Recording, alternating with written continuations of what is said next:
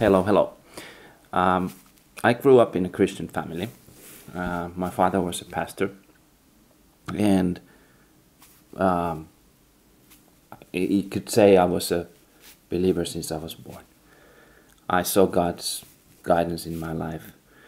Uh, I saw Him working in my life so many ways since I was a kid. And when I became a teenager, and of course you question certain things from your parents, from your lifestyle, everything. God gave me the answers. So I never had any rebellious times, so to speak.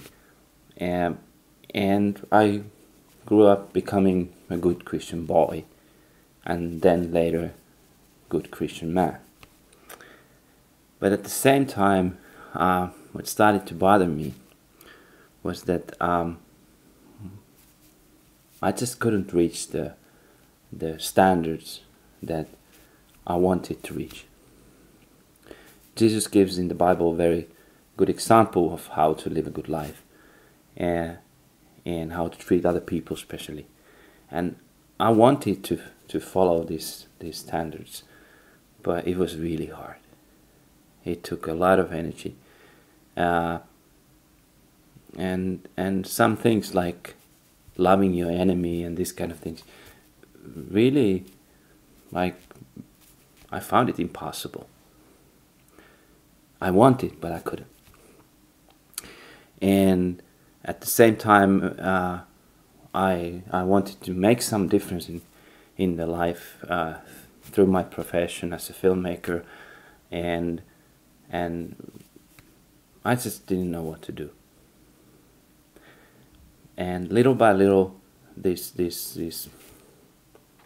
conflict within me between the standards and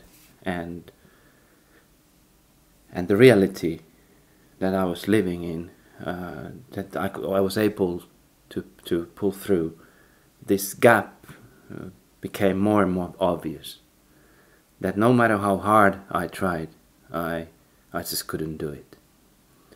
I wanted to do my best. I wanted everything, but I was not able. And that led me to that night when I gave my life to God and woke up 4 hours later. And it's very hard to explain, but when you are living in the middle of circumstances that are very, very hard, everything around is collapsing, and you are losing everything, and you don't even know why.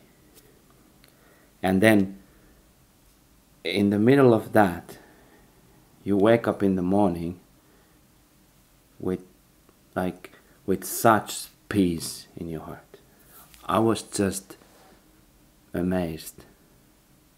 I was a pretty peaceful person, and that's what people said to me.